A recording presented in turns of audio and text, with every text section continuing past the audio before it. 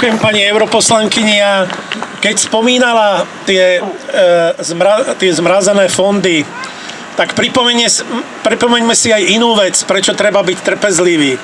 Ešte pred pár rokmi nás, čo tu stojíme a ktorí sme žiadali dialog s Ruskom, nazývali zradcami, kolaborantmi, vlastizradcami, ako by mali vlast niekde inde.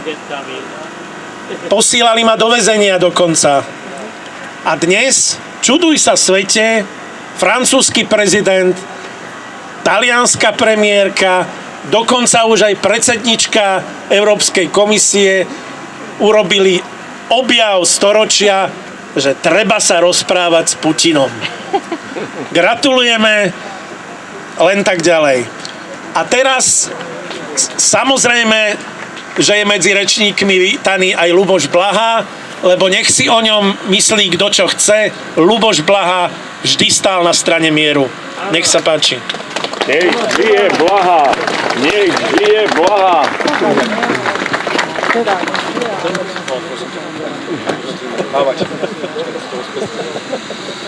Milí priatelia,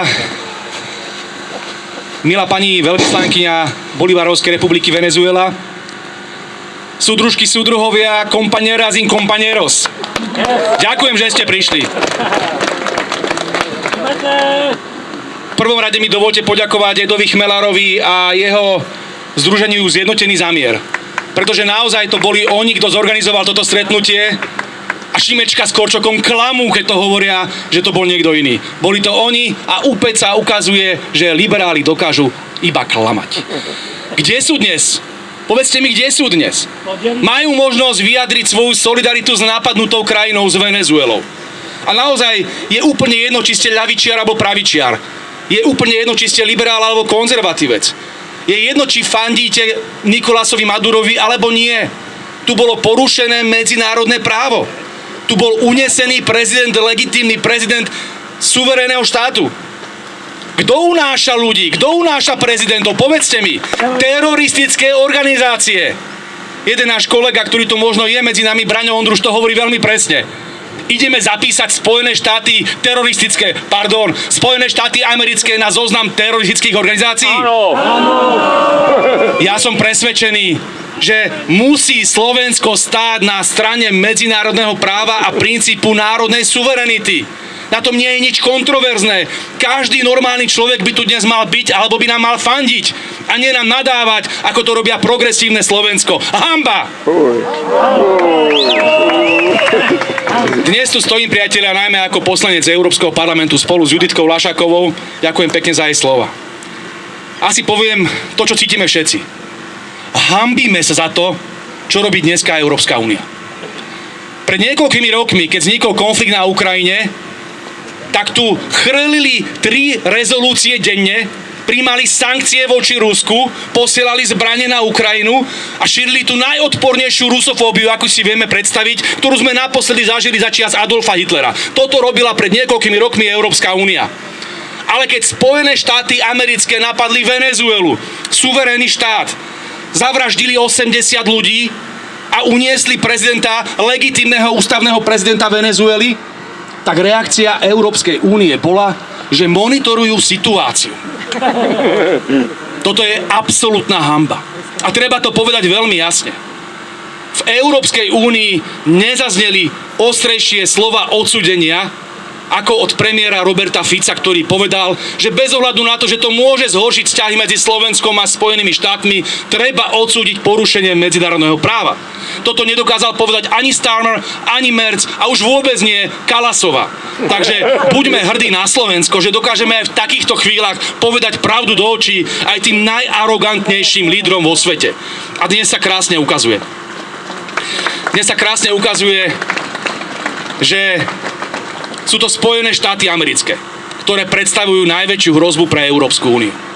Bol som pred pár dňami v Európskom parlamente a obhajoval som Venezuelu. Postavil sa jeden politík, ktorý ani nie je z našich frakcií, je zo sociálnej demokracie, ktorá je skôr tá kolaborantská. A napriek tomu povedal, pokiaľ dnes Európska únia neodsúdi Spojené štáty americké za útok na Venezuelu, kto nás bude brať vážne, pokiaľ Amerika napadne Grónsko? Nikto.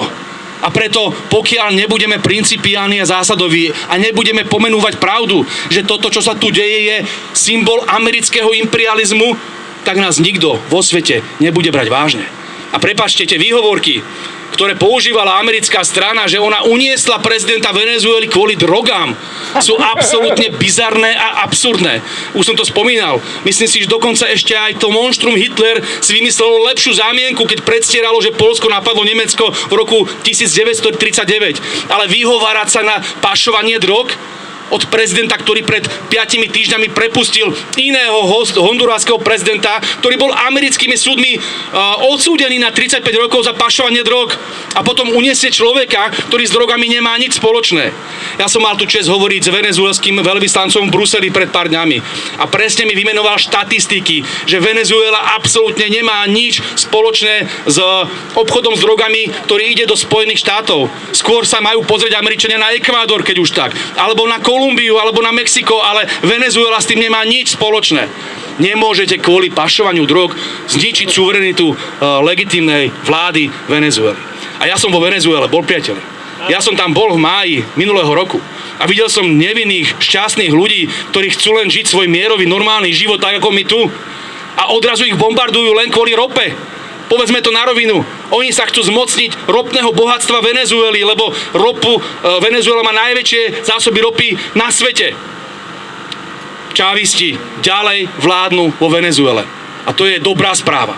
Delcy Rodríguezová, mám tu česť ju poznať, je prezidentkou, ktorá takisto pochádza z čávistickej strany.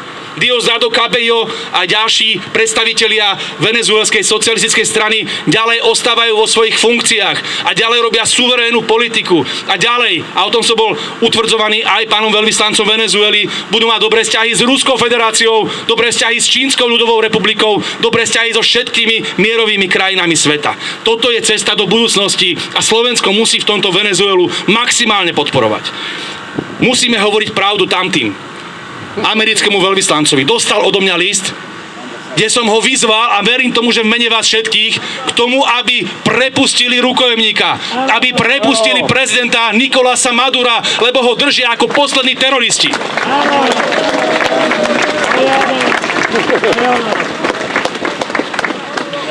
Priatelia, verím, že na záver to dokážeme povedať spolu. Hovoríme to často pri iných podujatiach. A je to heslo presne tých revolucionárov a ľudí, ktorí bojovali za sociálnu spravodlivosť, bojovali proti kapitalizmu a imperializmu. Ľudí ako Che Guevara, ľudí ako Hugo Chávez, ľudí ako sú dnes v čávistickej vláde vo Venezuele. My ako ľavičiari sa nemusíme hanbiť za naše presvedčenie. Áno, držíme palce Venezuele a držíme palce aj Kube, aj Mexiku a ďalším krajinám, ktoré sú ohrozované americkým imperializmom. Ale prosím, netvárme sa, že americký imperializmus vznikol s nástupom Donalda Trumpa. Toto je rozprávka, ktorú by nám chceli narozprávať progresívci. Americký imperializmus tu je od druhej svetovej vojny. Noam Chomsky to povedal veľmi presne. Každý americký prezident od druhej svetovej vojny je vojnový zločinec. Spomeňme si na to, čo páchal Clinton, ako bombardoval Jugosláviu a zabíjal nevinné deti. Spomeňme si, ako George Bush rozmlátil Irak, vyše 1 milióna mŕtvych. Spomeňme si na Obamu, ktorý drží rekord v mimosúdnych zabitiach na Blízkom východe. Spomeňme si na Bidena, ktorý viedol vojnu proti Rusku. A áno, teraz vedie vojnu aj Donald Trump proti Venezuele. A americký imperializmus tu ďalej pokračuje. A my to musíme odsúdiť. Celý americký imperializmus. Vrátane republikánov, vrátane demokratov, vrátane všetkých prezidentov, ktorí páchajú vojnové zločiny. Povedzme to nahlas. My chceme mier. My chceme mier. My chceme mier. My chceme mier. Priatelia, avizoval som posledné slova. Vlasť alebo smrť. To boli slova Ernesta Che Guevaru. Patria o muerte. Venceremos. Spolu. Venceremos. Venceremos. Nech žije Slovensko. Nech žije mier. Ďakujem veľmi pekne.